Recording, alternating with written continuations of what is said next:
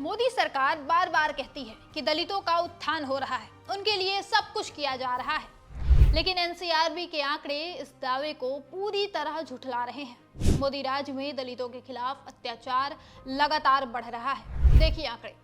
2020 में एससी वर्ग के खिलाफ अपराध के 50,291 मामले दर्ज हुए। 2021 में 50,900 मामले, 2022 में 57,582 मामले, 2023 में 57,789 मामले और 2024 में 55,698 मामले दर्ज हुए। यानी 10 साल में एससी के खिलाफ अपराध में काफी बढ़ोतरी हुई है।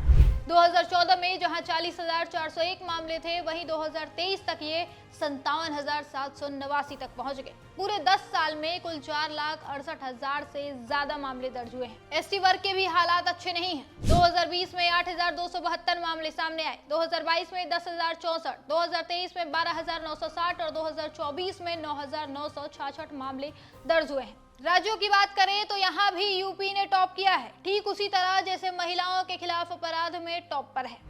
आंकड़े बताते हैं कि 2024 में दलितों के खिलाफ सबसे ज्यादा अपराध उत्तर प्रदेश में हुए।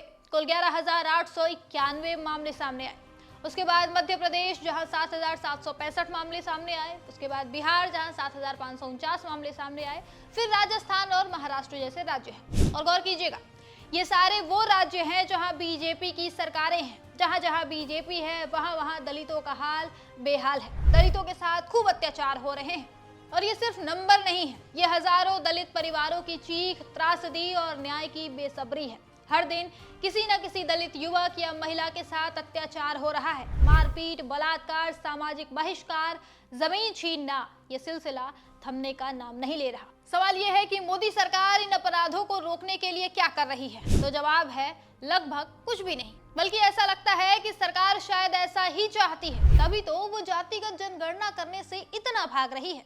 राहुल गांधी लगातार कह रहे हैं कि देश में जातिगत जनगणना होनी चाहिए। इससे पता चलेगा कि दलित, पिछड़े, आदिवासी कितनी आबादी में है और उन्हें कितना हक मिल रहा है। लेकिन मोदी सरकार इसे टाल रही है। क्यों?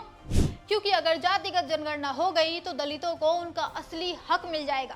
शिक्षा, नौकरी, संसाधनों में उनका हिस्सा बढ़ जाएगा। वे आगे बढ़ जाएंगे और जब वे आगे बढ़ जाएंगे तो उन पर अत्याचार करना मुश्किल हो जाएगा। यही वजह है कि सरकार जातिगत जनगणना से डरती है।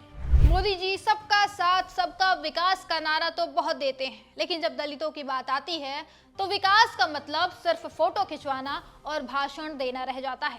असल में ना तो अपराध रुक रहे हैं और ना ही न्याय मिल रहा है। जो राज्य दलितों के खिलाफ अपराध में टॉप पर हैं, वहां बीजेपी की सरकारें हैं, फिर भी मोदी सरकार चुप है। SC/ST एक्ट को कमजोर करने की कोशिश होती है, लेकिन अपराधियों पर सख्ती नहीं होती। अब दलित समाज को ये समझना होगा कि उनके नाम पर सिर्फ वोट लिया जा रहा है। उन्हें शिक्षा, जमीन, सुरक्षा और सम्मान नहीं दिया जा रहा है। राहुल गांधी जातिगत जनगणना की मांग इसीलिए कर रहे हैं क्योंकि वे जानते हैं कि इससे दलित, पिछड़े और आदिवासी समाज को असली न्याय मिल सकता है। पर मोदी सरकार इससे भाग रही है। ऐसा लगता है कि सरकार दलितों को कमजोर और डरा हुआ ही रखना चाहती है ताकि वे हमेशा वोट बैंक बने रहें। जब तक जातिगत जनगणना नहीं होगी, जब तक अपराधियों को सजा नहीं मिलेगी, तब तक ये अत्याचार चलते रहेंगे। दलित समाज को अब मोदी सरकार से सवाल करना चाहिए कि 12 सालों में दलितों के खिलाफ अपराध कम क्यों नहीं हुए, उल्टा बढ़ते क्यों जा रहे हैं? जातिगत जनगणना से क्यों डर रही है सरकार?